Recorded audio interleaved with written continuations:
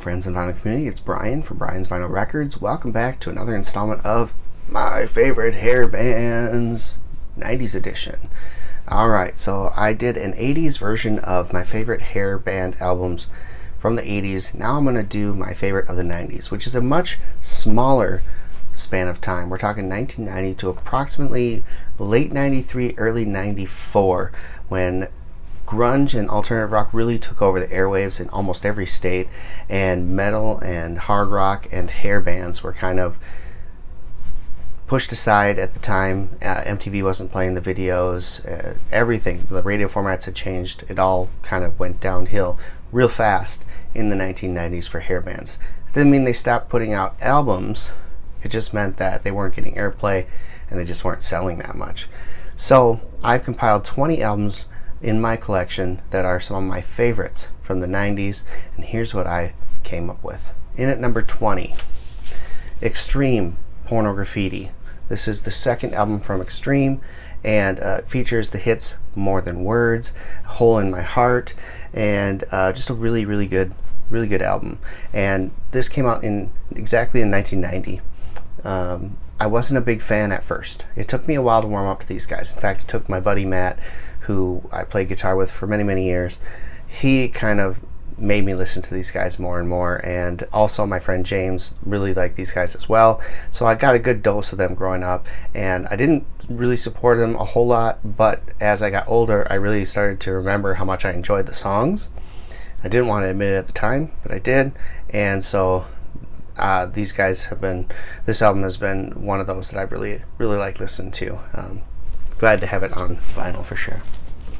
In at number 19, and I said in the last video there are certain bands I kept out, but I do have to admit that this band had its hair phase, and they were at the top of that hair phase at this point because they had gotten rid of the makeup.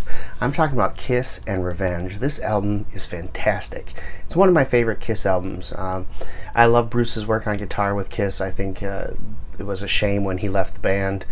But this album's awesome. Domino was the big hit off of this one. God Gave Rock and Roll to You, which also was featured in the Bill and Ted's Excellent Adventure film. Every Time I Look at You is a fantastic song.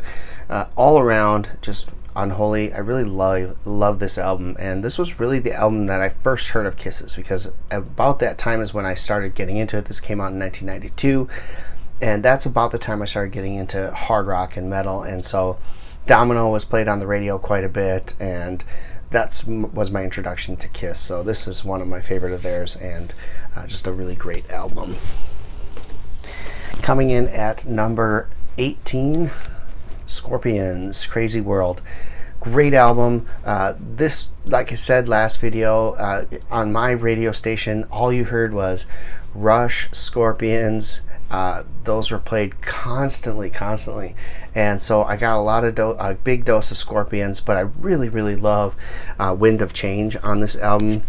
It's just such a great song, and so this one always held a special place. I was so happy when they did a reissue of this album on vinyl, and I got a copy. It's fantastic. So number 18, Scorpions, Crazy World. At number 17, Jackyl. So these guys were on the tail end of the, I guess, hair scene. They had the long hair look, not necessarily the makeup and the poofiness, but these guys just were bluesy, southern rock, amazing stuff. And the chainsaw song, of course, lumberjack song, everybody knew that, but songs like Down on Me and I Stand Alone and When It Rains, just absolutely fantastic album. Highly recommend this if you haven't got this in your collection. This is a Music on Vinyl press that came out, I believe, a couple years ago. The album itself came out in 1992, and they were a big hit. Unfortunately, never got to see them live. They were supposed to open, I believe, for Poison and Damn Yankees, but I believe they pulled out of the tour just before they got to our location, and Firehouse filled in, so it worked out for me. But yes, Jackyl.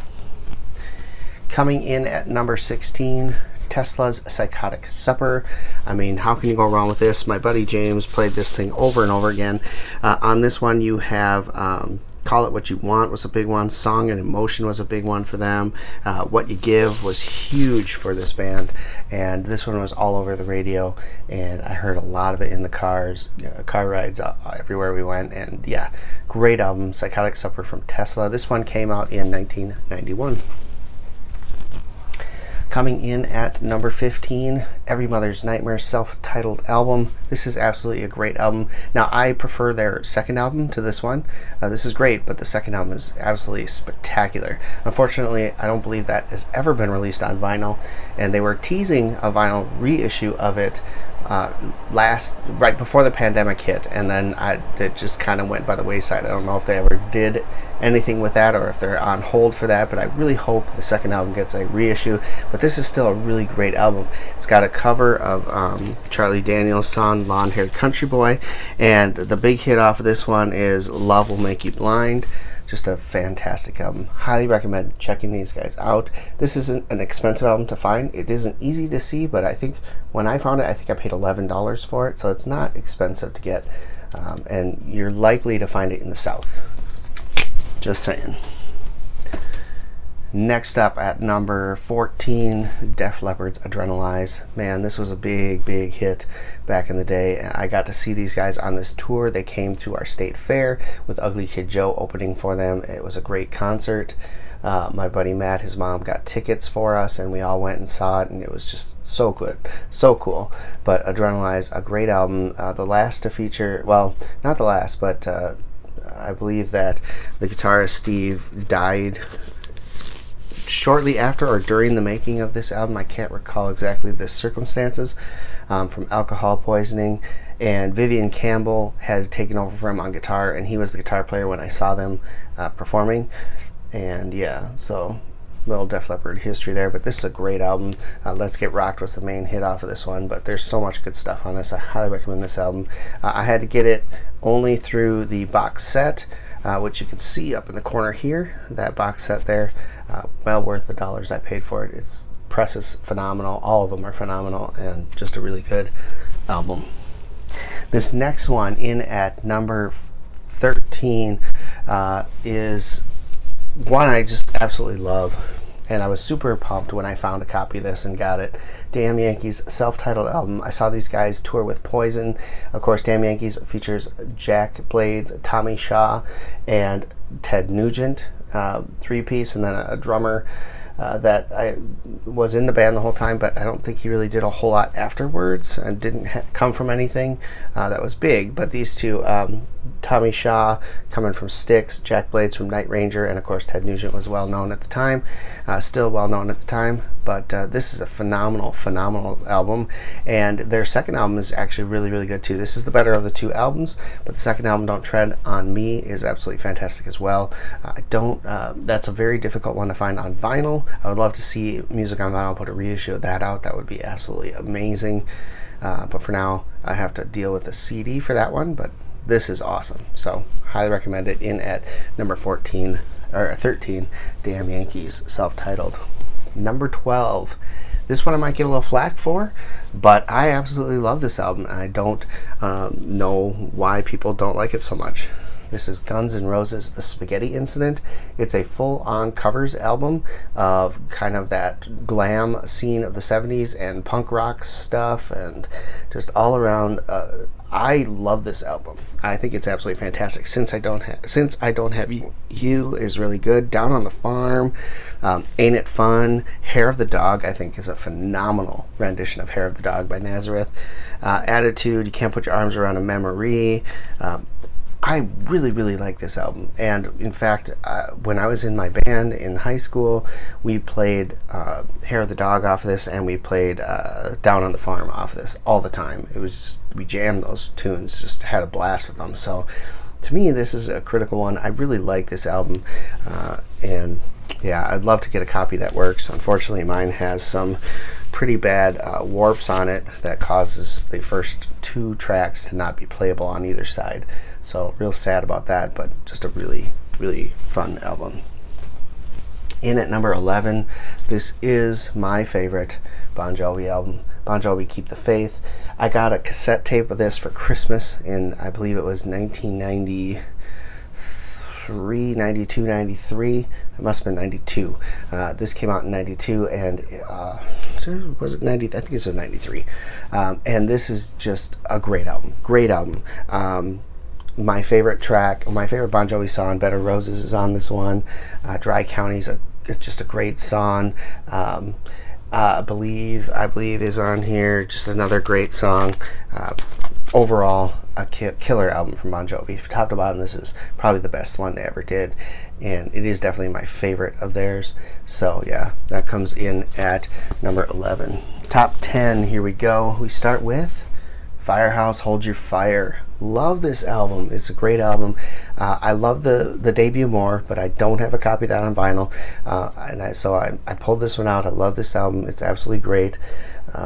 Neither one of those two is my favorite. My favorite is actually the third album, titled Firehouse 3. I think that's an absolutely phenomenal album, and I don't know if that's ever been put out on vinyl, so I have to settle with my CD on that one. But this is a great album. Love it.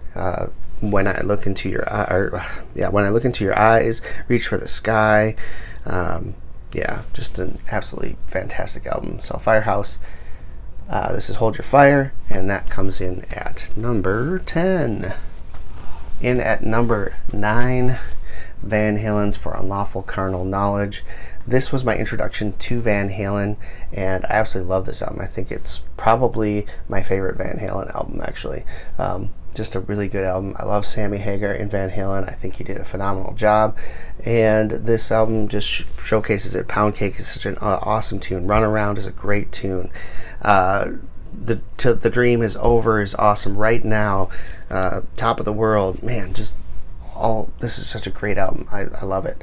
So this comes in easily for me at number 9, Van Halen, For Unlawful Carnal Knowledge. In at number 8, Aerosmith's Get a Grip. This was all over MTV. You couldn't watch MTV for an hour without seeing one of their videos, either Crazy or Crying or Eat the Rich. I mean, amazing. The trilogy of videos that he did with his daughter Liv Tyler and Alicia Silverstone are etched in my mind for the rest of my life. I saw them so much, and really, as a teen, fell in love with Liv Tyler and Alicia Silverstone from those videos. So just amazing album, great songs. We used to play Eat the Rich in the band I was in. We had a lot of fun playing that tune, and yeah, just really, really, really good. In at number 7, Steelheart's Tangled in Rains. This is an absolutely fantastic album. I love the first album, the debut album from Steelheart, but this one I think stepped it up and was a better album and has always been my favorite. I had to search high and low to get this album. I went to Germany direct because there are only 2 pressings ever made, the German pressing, which I have here, and the Korean pressing. And the Korean pressing takes 3 songs out of the album and puts live tracks in from the previous album, and I knew I didn't want that. I could not settle for that. There's an easier one to find, but this one I waited and waited and waited and finally found a copy for sale from Germany. Took a chance. It got here safe and sound, and it is now in my possession, and I absolutely love it. It's a beautiful copy, just beautiful sounding. 1992 pressing, and just, yeah, one of my favorites by far. Up next, in at number 6, Slaughter, Stick It To Ya. Couldn't go bad with this one, man. Slaughter, I listen to Slaughter a lot with my buddy Fred, and man, we rock Slaughter constantly in the car. A great album. This is their debut. They would follow it up with Wild Side, which is another phenomenal album. My favorite from them occurred after the hair metal band scene was over, and that was Fear No Evil, which is very difficult to find even on CD. But one day I will get a copy of that. I have a digital copy now, but I would love to have a physical copy of that album because it's so good. But this one, man, listen to this a ton. Listen to this all the way through high school, into college, and beyond. I know I used to torture my wife in the car by listening to these guys, this album on car rides back to and from school. Man, it's just so pivotal. I love this album. And we're into the top 5. Starting off the top 5 is the album that got me into the genre to begin with. We're talking about Poison's Flesh and Blood. This is my introduction to all things hair bands, all things hard rock, all things metal. A buddy of mine, we were playing basketball. It was between my 6th and 7th grade years, I believe it was. And we had all come from a private school, and we're going into public school the next year. So we got together over the summer in the middle of town, and they had basketball courts, and we sat there and we shot hoops for days. And he would bring a boombox out, and we would listen to Poison, Flesh and Blood, AC/DC's Back in Black, and AC/DC's Razor's Edge. And that would be our soundtrack to those days in the summer when we were sitting there playing basketball and just chit-chatting and everything else. And that was my introduction to this type of music. Before that, I was pop, top 40 stuff. I listened to the top 40 station all the time. So my favorites were, Michael Jackson, Paula Abdul, and New Kids on the Block, things like that. Those were the songs that I was really into at the time.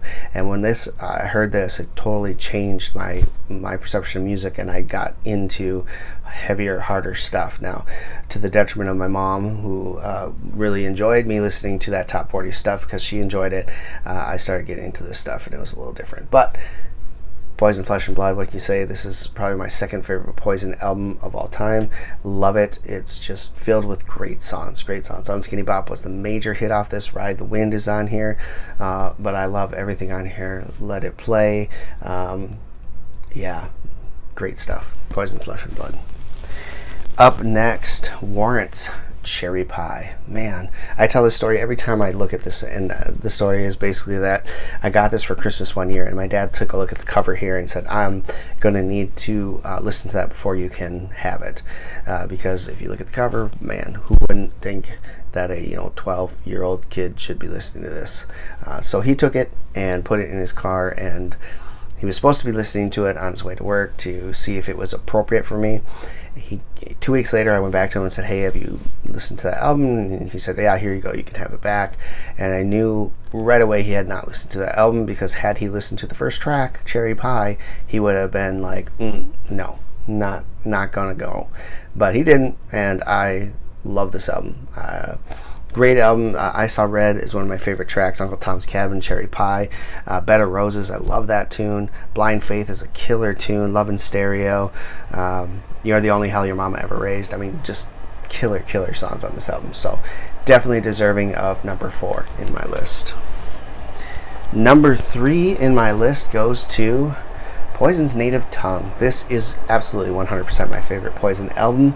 It is a great album, and I saw the tour with Richie Kotzen with the band on this for this album, and it had Damn Yankees and Firehouse on the tour as well.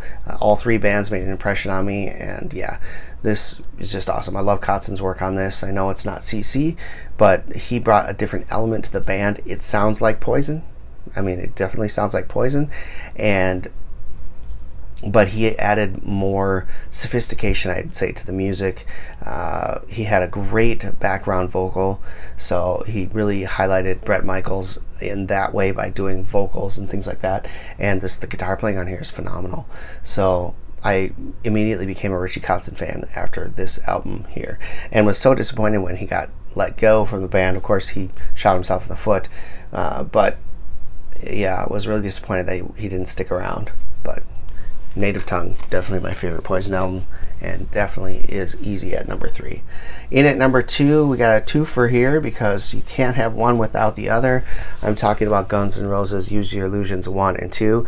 Of the 2, this one's my favorite, but I love both of these albums. They're just absolutely phenomenal, and Guns N' Roses did themselves a favor by putting these out together. They sold a ton of these things and allowed for a ton of hits to come off here. November Rain was a big hit for them. Knocking on Heaven's Door was a surprise hit for them. Civil Wars, Estranged became a big hit for them. You Could Be Mine, which was featured in the Terminator 2 soundtrack, was a big one for them. Coma's a great song. It's a 10-minute epic, but it's just a really good 10-minute epic. You've got the cover of Live and Let Die, Back Off Bitch, just all around just phenomenal. November Rain, of course.